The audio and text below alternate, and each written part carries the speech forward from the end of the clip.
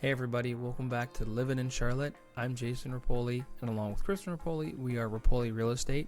In today's video, we're going to be going over rate lock. You're probably wondering why so many people are staying in their homes, why there's no inventory on the market, and today we're going to tackle that topic. But before we do, if you like this video, make sure you give it a like, a subscribe, and ring that bell so you know when we come out with new videos. We typically come out with at least one or two a week, and it's all about real estate in the Charlotte area and everything you need to know about the market and how you can get into a home or sell your home. But without further ado, let's get into the video.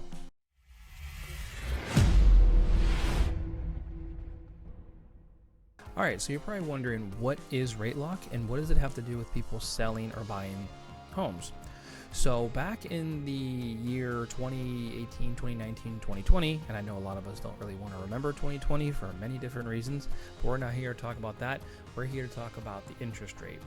So if you look back to the years 2018 to 2020, interest rates were plummeting, and I'm going to show you here on this graph. So you can see this is just the 1 year. So from the 1 year, you can see where we are, but we're going to go out to 5 years. So back around 2019, you can see the interest rates dropping and dropping and dropping and dropping and dropping. At their lowest point, they were under 3%. And if you were lucky enough to either get a house or refinance during that time, kudos to you. You nailed it perfectly, and you have a great interest rate for as long as you want to ride that out. Now, saying that, that's part of the reason as to why we are not having much inventory on the market. Because think of it this way. If back in 2020, 2019, you got around a 3.5% interest rate and you want to sell your house, you're going to be doubling that now, because right now interest rates are right around 7%, 6.95. It was updated a couple days ago because of the holiday, but it'll probably be right around 6.97%. So you would go from a 3% interest rate for a 30-year fixed mortgage, or you would go up to a 7%. So you're doubling that. And I'm going to show you here how much money that is that will cost you in the long run if you did decide to do that. Okay, so here's a mortgage calculator that I found. Typically in this area, it's around $400,000 or so for the average home price. So as you can see, and a lot goes into it, here's the principal and interest, PMI, property taxes, homeowners insurance, and HOA is a big thing here. If you actually live in a neighborhood, you will have to pay that as well. But here's a look at a normal evaluation for a house, $400,000 with 10% down. I know some people can do that, some people cannot, but that would be $40,000 on a $400,000. 30-year fixed rate at 3.5% is around $2,500, give or take some, because these fees are not always accurate wherever you are, but you get the general idea. So now if we go up to what it is right now, which is basically double that at 7%, we're going to hit 7. And you're going to go up to $3,287, and that is on the lower side of things too. So you're going to go up quite a bit. So 3,287 to 2,508. That's a lot of money for some people, and it can go up even higher than some of that depending on some fees and stuff that you have going on. And so it's just very hard for people to say, I'm going to move to a new house when I don't have to. When I bought 4 years ago, and the equity in my house is just stair-stepping higher and higher, because even though interest rates are rising and there's not many homes on the market, these homes, at least in the Charlotte, North Carolina area, are still going up in price. So you're still gaining value off of your home, and you're just sitting there on this great 30-year fix that you have at 3-4%, and you don't have to do anything, and you can just sit there. So that's rate lock, and that's what people are kind of doing right now. Here's another piece of information I want to pass along to you guys. So roughly 6 out of every 7 U.S. homeowners, so about 80 to 85%, have a rate far below 6%. Now this article is a little bit older when the rate was around 6%, but it's 7% now. So this information still is important, because a lot of people have way below 7% interest rates, and that just goes why there's not any houses on the market, and people are just waiting and building equity on what they already own. And something else people always bring up is, back in 2008, well, the market has to crash, the housing market has to crash. And I still believe that the housing market is in tune for a recalibration, like a little bit of recession, going back a little bit. But I don't believe it's going to be like 2008, because in 2008 there was an issues with ARM interest rates, which is just adjustable mortgage rates. And during that time, I think at the peak of that, there was about 35% of all homeowners had an ARM. So it was adjusting through the crisis that we were having, and interest rates were going higher and higher and higher, and they couldn't afford their house payment. This time's a little bit different. Back in 2021, loans accounted for less than 2%, ARMS loans. So that was 2%. Now, what the American people did last time, because it wasn't that long ago from 2008, they learned from those mistakes. So when it reached its peak this time was 13% back in 2002. So that means they waited until interest rates started going up again, and then they did the adjustable mortgage rates, so that way it doesn't spike up on them quite as bad. Now, I do believe they've gone up since then, but not drastically enough to where they can't afford their payments.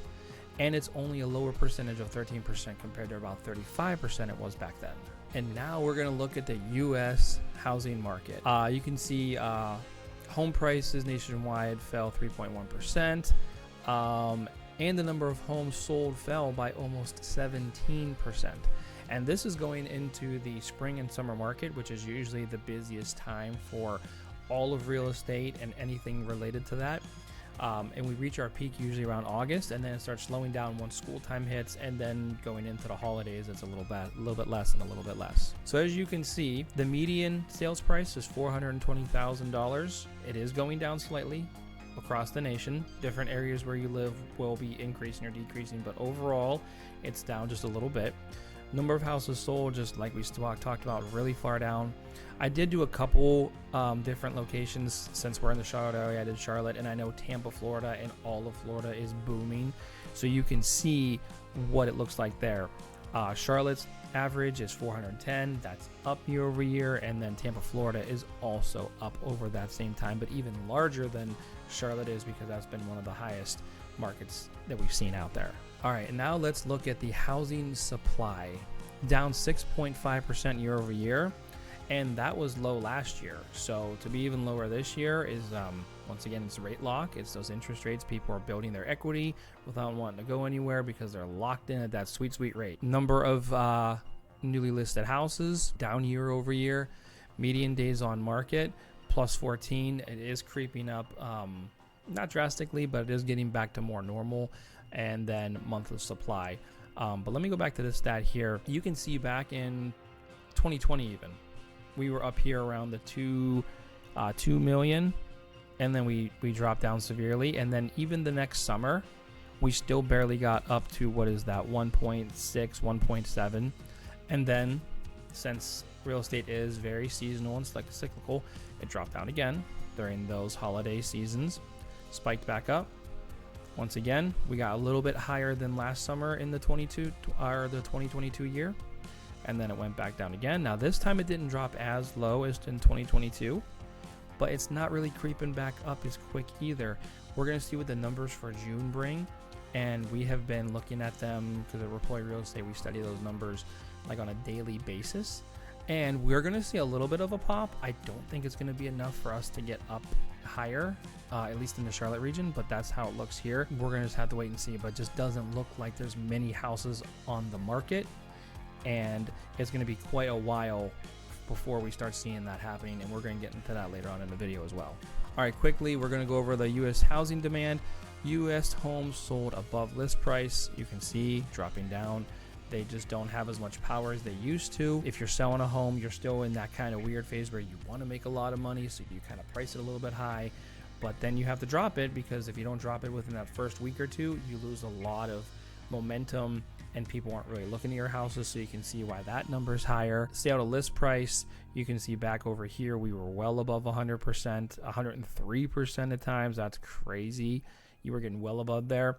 And then we dipped down, and now we're basically right at 100%. So we're kind of meeting that point where buyers know what they can get, and sellers aren't being like super, I don't want to say greedy, but just as much money as they can get, they're kind of coming down and meeting expectations. All right, where are people moving from and to? This is actually a pretty cool heat map we got here. You can see the brightest blue is California, and New York, people just are really leaving like those places in droves.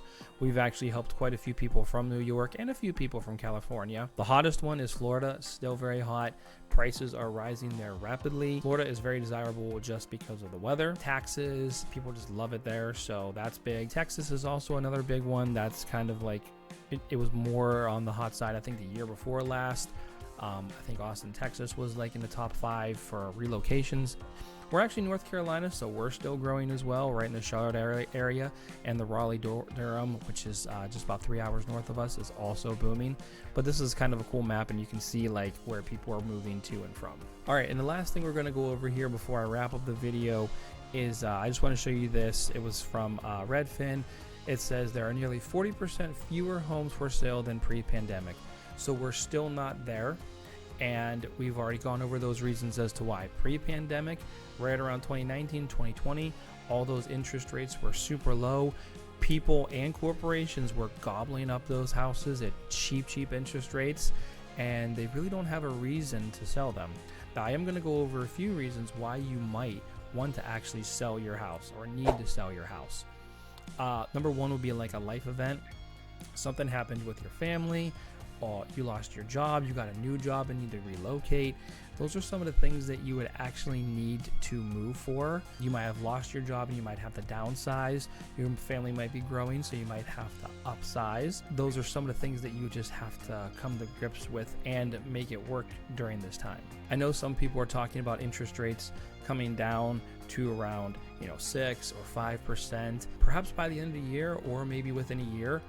But from what I've been looking at with how the Fed has been reacting and all this economic data, I highly doubt that we will be dropping interest rates. The Fed has already said that they're probably not going to cut interest rates this year.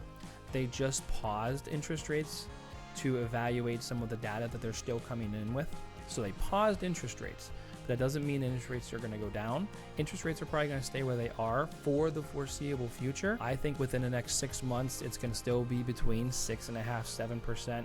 We might get lucky if it goes down to 6.25 or so. But the good news is I believe that this is the peak. I believe that around 7% is where we're going to be. We could go up to 7.5% if the Fed does raise rates come, I believe they have a meeting in July and then in September, and they still aren't sure where they're going to go. Right now the consensus is they're going to still raise rates a little bit, so interest rates still could be on the rise in the short term.